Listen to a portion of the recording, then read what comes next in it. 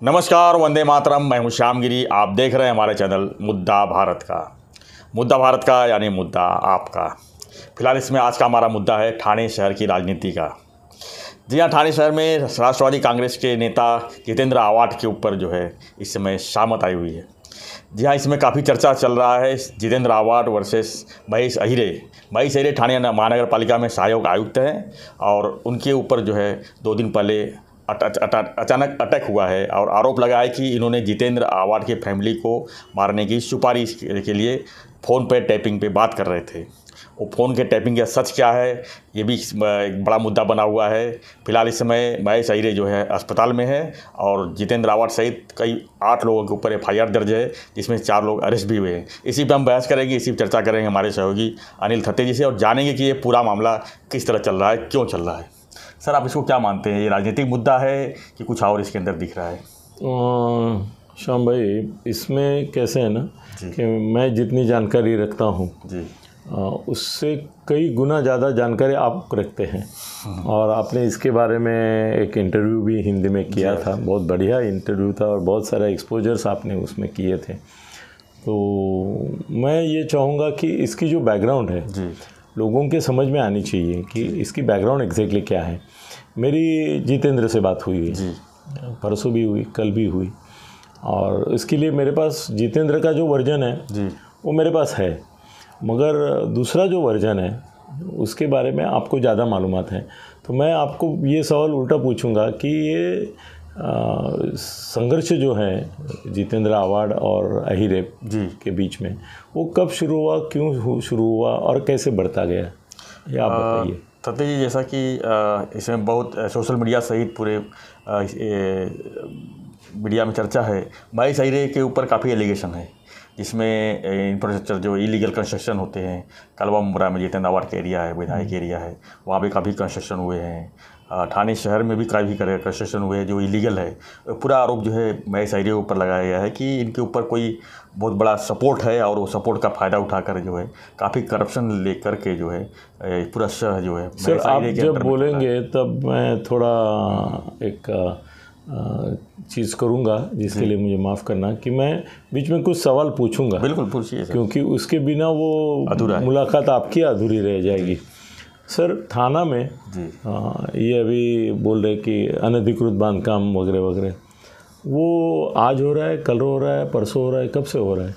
Sir, ये सालों साल से आप भी देख रहे हैं, हम भी देख रहे हैं और मेरे ख्याल से इसमें जब से ठाणे का विकास शुरू हुआ है आधे से ज़्यादा कंस्ट्रक्शन इलीगल है। आधे से बहुत ज़्यादा कंस्ट्रक्शन इलीगल है। आपको 90% नहीं लगता है इलीगल? सर, ये तो आपको भी पता है। नहीं, 90% इलीगल है कि नहीं कह सकते, लेकिन काफ़ी जो है सर अभी लोगों को ये तुम्हारा बीच में पता चला कि ऐसी कोई परमिशन लेनी पड़ती है जी।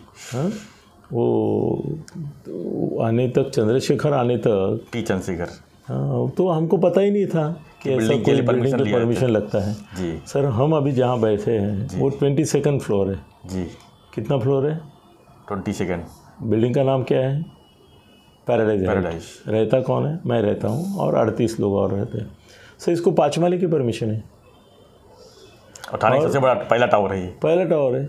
और ऐसा है कि उस समय जब मैंने बिल्डर को पूछा कि घर लेते समय, तो उसने बोला कि सर थाना में, मैं बोला इसको लोन भी नहीं मिलता है, तो बोले थाना में असल में 99% बोल सकते हैं, मगर 90% परमिशन बिना ही होता है। जिसका जितना दिल है, जिसको जितना पैसा है उतना ठोक देता है।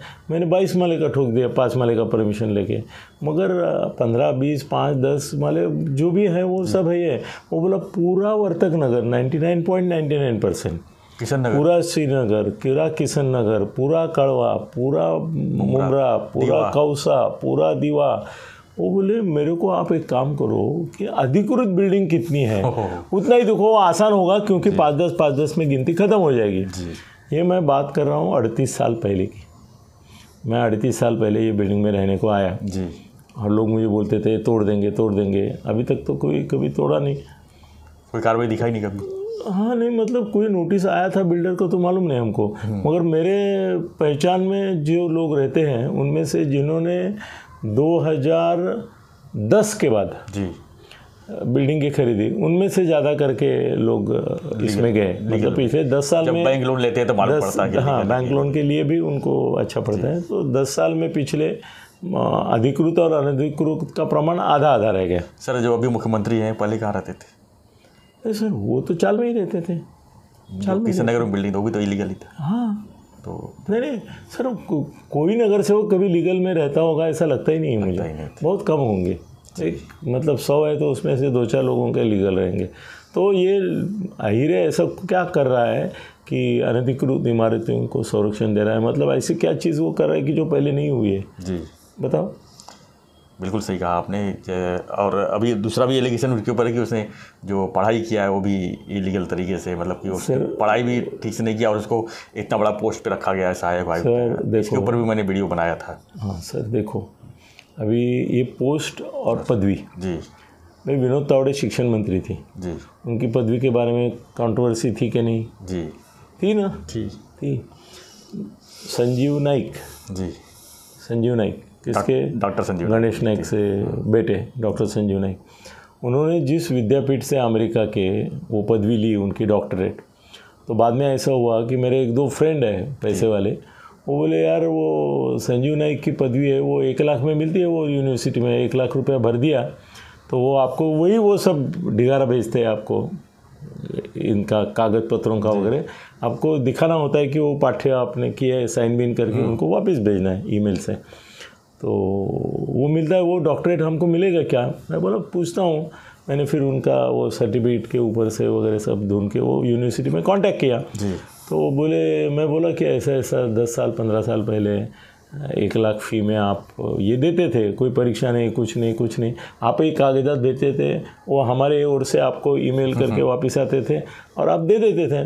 तो क्या वो सिस्टम में मेरे दोस्त 2 है तो दोनों को मिलेगा? वो बोले वो उस समय हमारा फ़ी कम था, 1 लाख था, अभी बढ़ गया, अभी 5 लाख है। बोले, मैं बोला 5 लाख है ये ठीक है, मगर मैंने जो मालूमात निकाली तो अमेरिका में, ऑस्ट्रेलिया में, न्यूजीलैंड में, रशिया में, रोमानिया में और स्विट्ज़रलैंड में भी ऐसे कम से कम 1500 विद्यापीठ निकले कि जो डॉक्टरेट दे देते हैं और वो सस्ते में देते हैं। आप इतना 5 लाख क्या बोल रहे हैं? तो बोले 2 है क्या? मैं बोला हाँ 2 है। तो बोले चलो 2 का मिलके 3 लाख कर देते हैं। ये कौन बोला? यूनिवर्सिटी का। वो बोला मैं वाइस चांसलर बोल रहा हूँ यूनिवर्सिटी का। मैं बोला ठीक है, मेरे को फॉर्मेलिटीज़ क्या है वो कंप्लीट करना बोल दो। मेरे दोस्तों को बोला यार वो 3 लाख हो गया। बोला कि उससे अच्छा है मॉरिशस में अपने इंडिया का एक विद्यापीठ है जी, अपने इंडिया का बड़ा शिक्षण महर्षि है, उसने वहाँ विद्यापीठ खोला है, वहाँ पे वो तो 50,000 से 1 लाख में दे रहा है, मतलब उसमें भी डॉक्टरेट दे रहा है, पूरा मार्केट चल रही है। हाँ, तो बोले वहाँ से लेते हैं, क्या के लिए इसको 3 लाख देने का? तो और ये बात हुई बोगस पदवी की जी, हाँ, जो हमारे एमपी ने भी करके दिखाया है। बहुत सारे लोग हैं सर ऐसे कि जो ऐसा पदवी लेते हैं, डॉक्टर और प्रोफेसर और एडवोकेट मराठी में ऐसे संपादक भी है जी, कि जो यहाँ मुंबई यूनिवर्सिटी में बीए पास नहीं कर पाए, उन्होंने उस्मानिया यूनिवर्सिटी या मध्य प्रदेश की कोई यूनिवर्सिटी, मतलब अदर स्टेट में जाके उन्होंने अदर स्टेट में जाके उन्होंने पदवी का ये लेके आए हैं वो।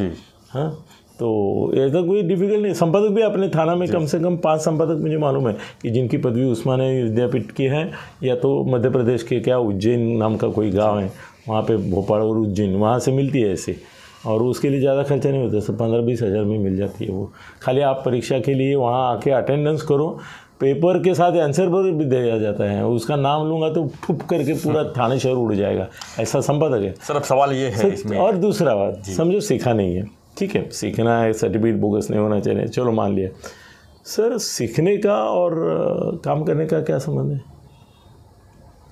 4थी पास थे जी, कौन? वसंत दादा पाटिल, महाराष्ट्र के सबसे यशस्वी मुख्यमंत्री महाराष्ट्र के, 4th स्टैंडर्ड ओनली, 4थी पास थे, सरकार चलाई अच्छी तरह से। अरे बेहतर ये पीएचडी वाले डॉक्टर वालों से, डॉक्टर शिवाजीराव पाटिल निलंगेकर वगैरह वगैरह से उन्होंने अच्छी चलाई। सर थाना चलो जरूर नहीं जाते, थाना शिक्षण मंडल के 4थी पास शिक्षण मंडल के अध्यक्ष हुए कि नहीं हुए? 4थी पास 5वीं साल, क्या नाम लूँ मैं? ले सकते हैं नाम सर। सुभाष भोईर कितनी पास था? 4थी या 7वीं पास था। सर शिक्षण मंडल पूरे ठाणे शहर का उसका अध्यक्ष पूरा शिक्षण का पॉलिसी वो तय करेगा। हाँ, आपने उसको नहीं कभी ऑब्जेक्शन दिया? इतना मालूम है, शिक्षा मंडल ही नहीं दिए, स्टैंडर्ड के बारे में नहीं मालूम था। तो चौथी या सातवीं, और शिक्षण मंडल के अध्यक्ष हमेशा अनएजुकेटेड ही रहते हैं। अरे उससे ज़्यादा छोड़ो, राजस्थान में शिक्षण मंत्री जो बनी जी, वो जब राज्यपाल के सामने, बाद में शिक्षण मंत्री पद मिला उसको, सामने जब उसको साइन करने के लिए बोला तो इधर उधर वो देखने लगी। अंगूठा छाप, उन्होंने बोला कि मुझे साइन करना नहीं आता है। सबके सामने, पूरी दुनिया के सामने टीवी पे मैंने देखा कि उसने फिर अंगूठा किया और लगा दिया। जो मंत्री शिक्षण मंत्री, उसको क्यों लिया? तो आदिवासी कम्युनिटी से। और बाद में उससे बड़ी बात, अपने मंत्रिमंडल की, और भाजपा का मंत्रिमंडल था मेरे ख्याल से, वसुंधरा राजे सिंधिया जी, वो या उनका दूसरा कोई है राजस्थान में, उसका मंत्रिमंडल था, उसको शिक्षण मंत्री बना दिया। अंगूठा से नीचे करती है वो। तो वो छोड़ो, चौथी पास है क्या 10वीं पास है, सर्टिफिकेट सच है क्या बोगस है? सर कितने लोगों के थाना में तो कम से कम आधे सर्टिफिकेट बोगस है जी, अधिकारियों के। जो शिक्षक लगे हैं ना अपने स्कूल्स में, वो B.Ed D.Ed के जो सर्टिफिकेट है ना, वो सर आधे से ज़्यादा खुश, अभी तो निकाल रहे एक को पकड़ के। चलो अब आगे, बोगस बहुत कुछ बन जाता है। सर्टिफिकेट छोड़ दीजिए, कास्ट सर्टिफिकेट से लेके सब नौकरी तक कर रहे हैं। तो अब सवाल सर ये इसने अकेले ने किया, ऐसा कौन सा पाप? ऑडियो क्लिप जो जिसके ऊपर बवाल मची हुई है सर, उसको क्या मानते हैं? महेश अय्यर बोल रहे मेरा आवाज़ नहीं है, आवर बोल रहे हैं कि एक तरह से धमकी देना, कितना सही बात है ये किसी परिवार को?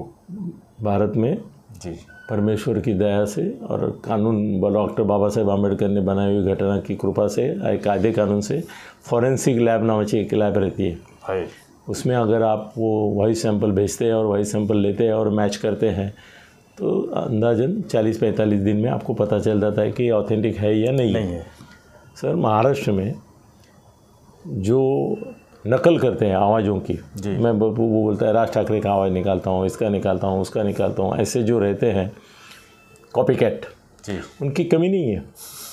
वो सर मिनिस्टर का आवाज़ भी निकाल के बात करते हैं। सर ऐसा पिछले मंत्रिमंडळ में हुआ है की मी अमुक एक मंत्री बोलतोय ते तेवढं काम करून टाका असं सचिवाला फ़ोन करून सांगितलं एका मंत्र्यांनी। बाद में नहीं वो काम करने से पहले उसको थोड़ा डाउट आया कि इसमें कुछ गड़बड़ तो नहीं है। उसने पूछा सर आपने फ़ोन किया था? बोला नहीं। भाई ये तो छोड़ो, ये कम से कम उसके आवाज़ में निकाला। भाई आधे से ज़्यादा मंत्रिमंडल के जो पीए रहते हैं ना, वो बिंदास बोलते हैं साहबानी सांगितलं है, नहीं तो बोलते मैं मंत्री बोल रहा हूँ, ऐसा दिखा के आदेश देते हैं। दूसरी बात, फॉरेंसिक लैबोरेटरी में सिद्ध होने से पहले आप किसी के ऊपर आरोप नहीं कर सकते कि ये तुम्हारा आवाज़ है। जी कल मेरे आवाज़ में और हम दोनों यहाँ बैठते हैं, हमारे मुंह में टुक टुक टुक टुक टुक टुक होता रहता है। हमने जो मुलाकात की नहीं, आपने पूछा नहीं, मैंने बोला नहीं, मैंने पूछा नहीं, आपने बोला नहीं, उसका वो लिप ये करके कोई कॉपी करके उसका वीडियो बनाएगा और बोलेगा हमारे खिलाफ इसने साजिश रची, मर्डर। ये सत्य साहब पूछ रहे इसका मर्डर कैसे करेंगे, तो वो बोले क्या कोयता से करेंगे या AK-47 लाएंगे। फिर वो बोले दाऊद से तुम्हारा कैसा है, तो गिरी साहब बोले कि मेरा दाऊद से अच्छा है मगर उसका भाई अनी से ज़्यादा अच्छा है। ये सब अपने मुँह में डाल देंगे जी। हाँ, और आगे कोई आगे क्लिप वायरल। उसको क्या लगता है, पेपर वालों नीचे लिख देते हैं कि या क्लिपच्या वैधतेविषयी आणि सत्यतेविषयी आम्ही प्रमाणपत्र देऊ इच्छित नाही, मतलब मारने का भी और ऊपर से तेल भी लगाने का कंडीशन। हाँ कि भाई हमारा इनकार, डिस्क्लेमर की ही सत्यतेविषयी आम्ही गॅरंटी, मग लिहे का दाखवतो कशाला, तुला खात्री नाही ना, मग थांब ना जरा, फॉरेन्सिक लॅबमध्ये जाऊ दे ना, ते सगळं जाऊ दे, तिथे सिद्ध होऊ दे, याचाच आवाज आहे, वॉइस सॅम्पल घेऊ दे, तेवढी तुला धीर नहीं लगे ते क्लिप वायरल करून तू त्याच्यावर हे करायला मोकळा। क्या पुरावा है तुम्हारे पास कि इसका ही क्लिप है? और सर इतना बुद्धिमान आदमी जो 99 में से 90 बिल्डिंगों को बचाया हुआ है जी, और यहाँ से लेके वहाँ तक पहुँचा है, और आयुक्त से लेके मंत्री से लेके पालक मंत्री से लेके मुख्यमंत्री तक सबका चहीता, लाडला, प्यारा, दुलारा, गुल्लू है सर। उसमें कुछ तो इतनी तो बुद्धि होगी कि वो जो भी करना है फ़ोन पे बात करेगा, वो ऐसा एक्सपोज नहीं होगा जी। और सर इसमें आजकल सबको पता है कि फ़ोन टैपिंग होता है सर, ये चूतिया आदमी कर सकता है ये फ़ोन पे बात जी। आजकल मैं बड़े बड़े लोगों से बात करता हूँ, वो सब बोलते हैं अनिल जी फेस टाइम पे आ जाओ, या तो व्हाट्सएप कॉल भी करते हैं? व्हाट्सएप कॉल से अच्छा फेस टाइम। यस। मैं दिन में कम से कम 4-5 बड़े पॉलिटिशियन से बात करता हूँ, वो बोलते आने चाहिए फेस टाइम, कोई फेस टाइम रिकॉर्ड नहीं होता। एक अछूतिया है गया कि वो ऐसे फ़ोन पे बात करेगा जो रिकॉर्डिंग होगा और रिकॉर्डिंग तुरंत उधर से इधर पहुँच जाएगा, उसको मालूम नहीं है। और वो जो बोला है वो पहले रिटर्न स्क्रिप्ट है कि भाई इस तरह से इसको इसके जाल में इस तरह से ले सकते हैं हम लोग, ये शब्द आना चाहिए उसमें जी। जो मिमिक्री करते हैं ना, मिमिक्री आर्टिस्ट, ये मिमिक्री आर्टिस्ट हो सकते हैं कि जो उसका भी आवाज़ निकल रहे है, इसका भी आवाज़ निकल रहे है, बड़े बड़े लोगों की बात है। सर ऐसे तो कितने ये मनोहर जोशी के बारे में ऐसे स्क्रिप्ट आए थे, मुंडे के बारे में बहुत सारे आए थे, कितने लोग हैं, अजीत दादा के बारे में आए थे, कितने सारे लोगों के बारे में ऐसे स्क्रिप्ट आए हुए हैं। उसका बाद में वेरिफिकेशन होगा तब झूठ साबित होता है ये। तो ये आहिरे के ऊपर तुमने आरोप किया, वो छुतिया है गया कि ऐसे वोट पे बोलेगा और वो बाहर जाएगा, इसका भी वो खबरदारी लेगा, वो फर्स्ट टाइम पे नहीं बोलेगा जी। अगर उसको बोलना है या तो बुला के लेगा ना सर, थाना शहर है इतना सा, जिसके साथ बोलना है 15 मिनट में बात करते। अब इसी बीच में एक और आरोप लग गया है कि विक्रांत चौहान जो नगर सेवक है, कांग्रेस के अध्यक्ष भी हैं, उन्होंने आरोप लगाया है कि महेश अहिरे के ने जो है हमको दादर में बुलवा के धमकी दिलवाया था इसी आदमी से। अभी क्या, जब बुलवाया तब क्यों नहीं कंप्लेन की? आज ये मामला निकला तो तुम वो मामला निकाल रहे हो जी।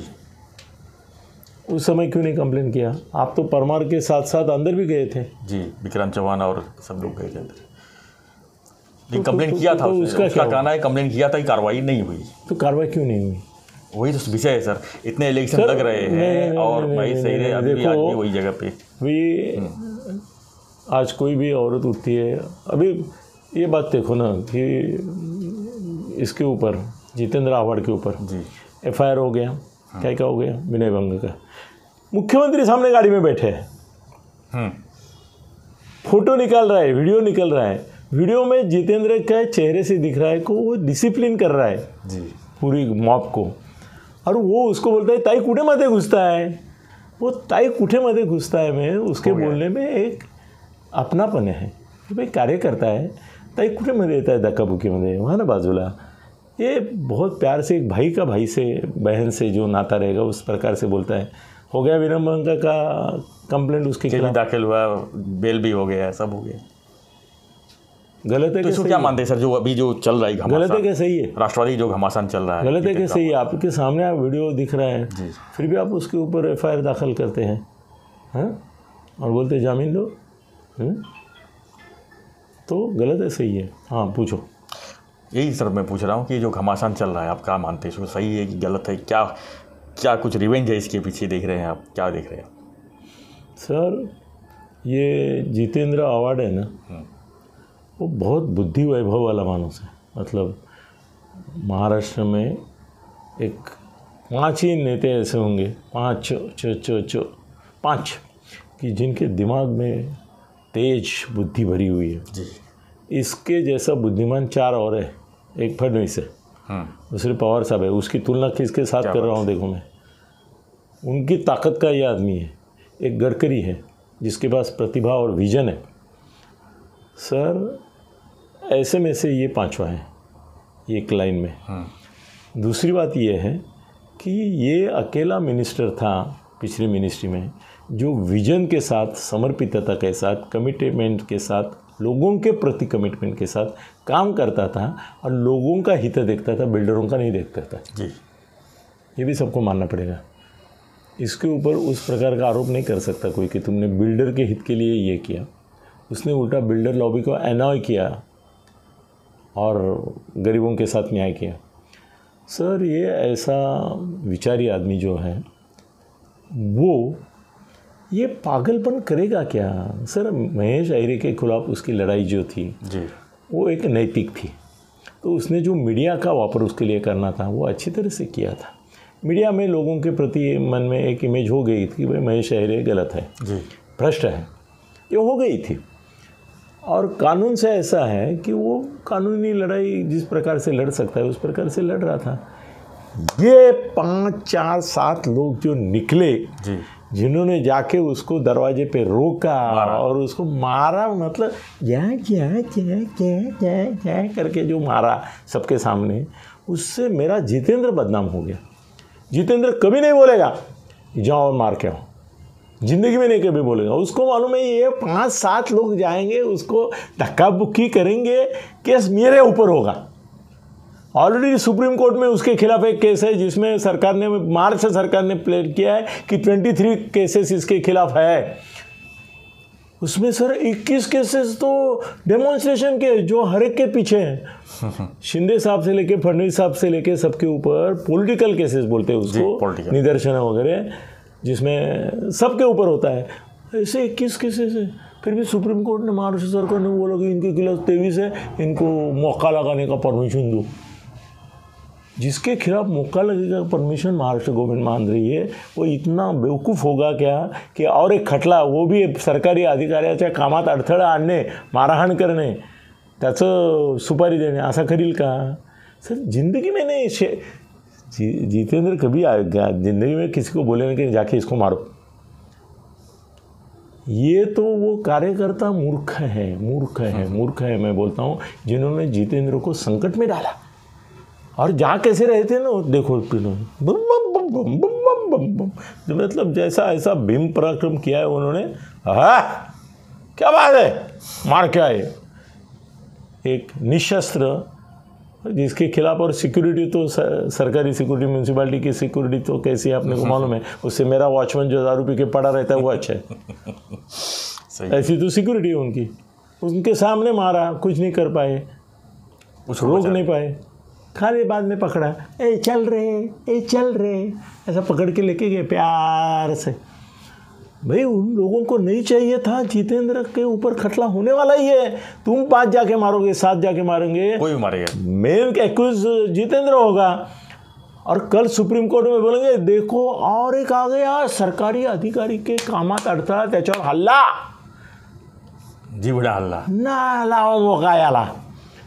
तो जितेंद्र को संकट में किसने डाला? ये लोगों ने मारा उसको, जख्म हुए जितेंद्र को। इनको एक अकल नहीं है। उनको अकल अगल होती तो ये नहीं करते हैं। या जितेंद्र को पूछते सर आम्हाला राग आला आहे,